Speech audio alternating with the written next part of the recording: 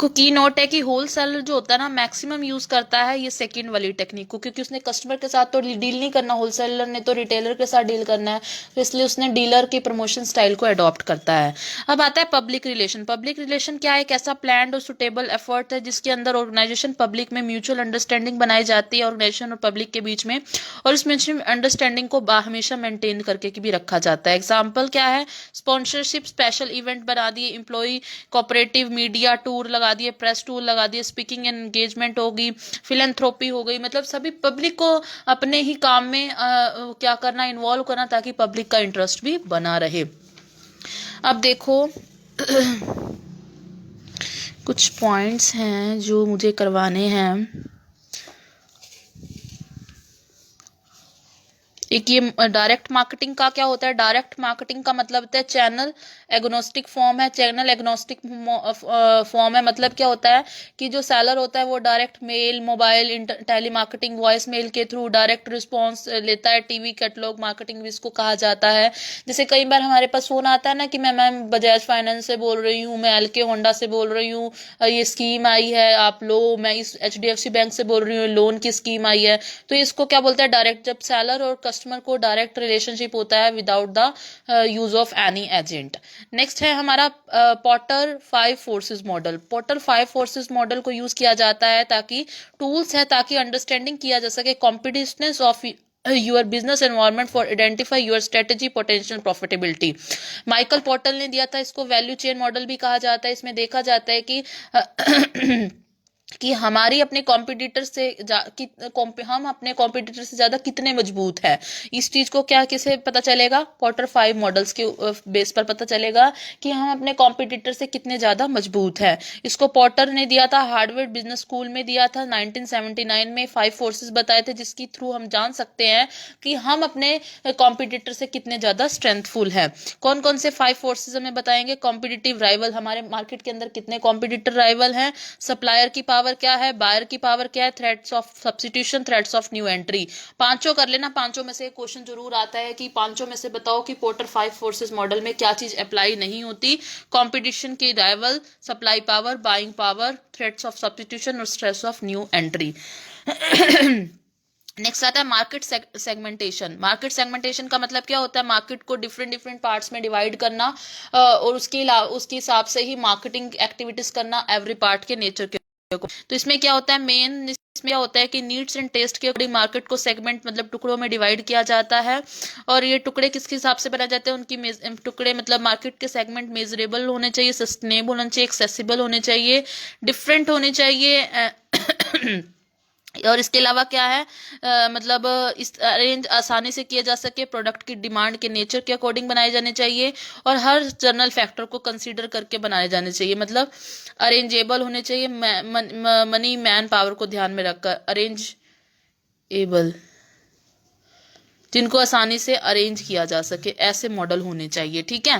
Pattern क्या है? Undifferentiated one marketing mix is use for the whole market. Example Pepsi. Pepsi वालों ने अनडिफरेंशिएशन क्या होता है कि सभी जितने भी सेगमेंट है ना उनमें एक ही तरह की मार्केटिंग स्ट्रेटेजी जब यूज करती हो तो उसको अनडिफरेंशिएशन कहते हैं। मतलब पेप्सी चाहे कहीं भी अपना एडवर्टाइजमेंट करे एक ही तरीके से करती है। ठीक है।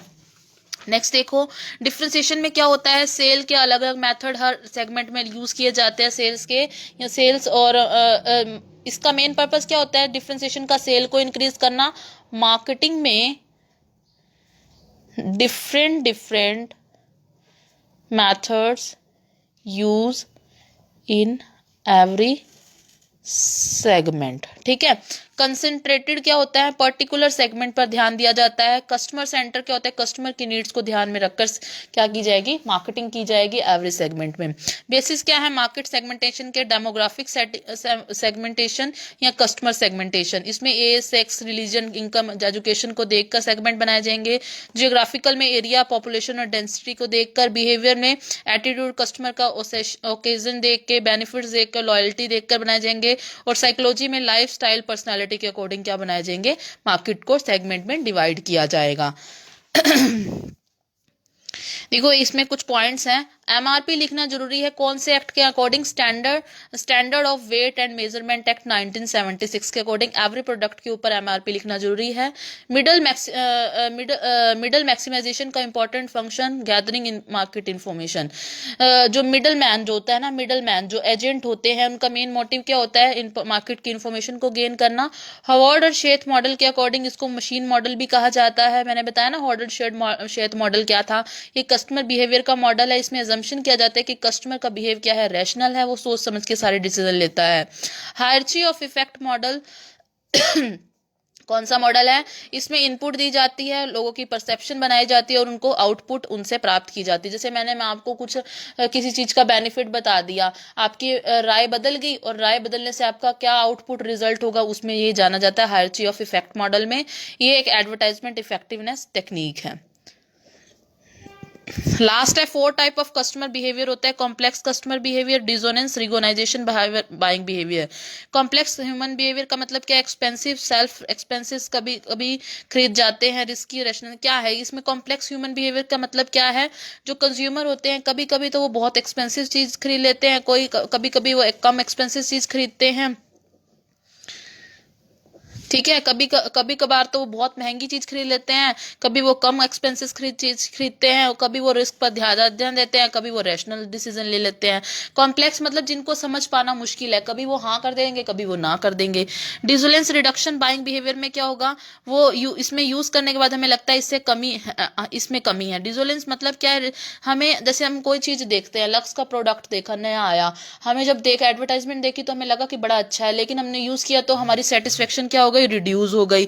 तो ये क्या है, डिसोनेंस रिडक्शन बाइंग बिहेवियर का मतलब क्या, यूज करने के बाद इसमें हमें कमी लगती है और हमें लगता है कि प्रोडक्ट अच्छा नहीं है।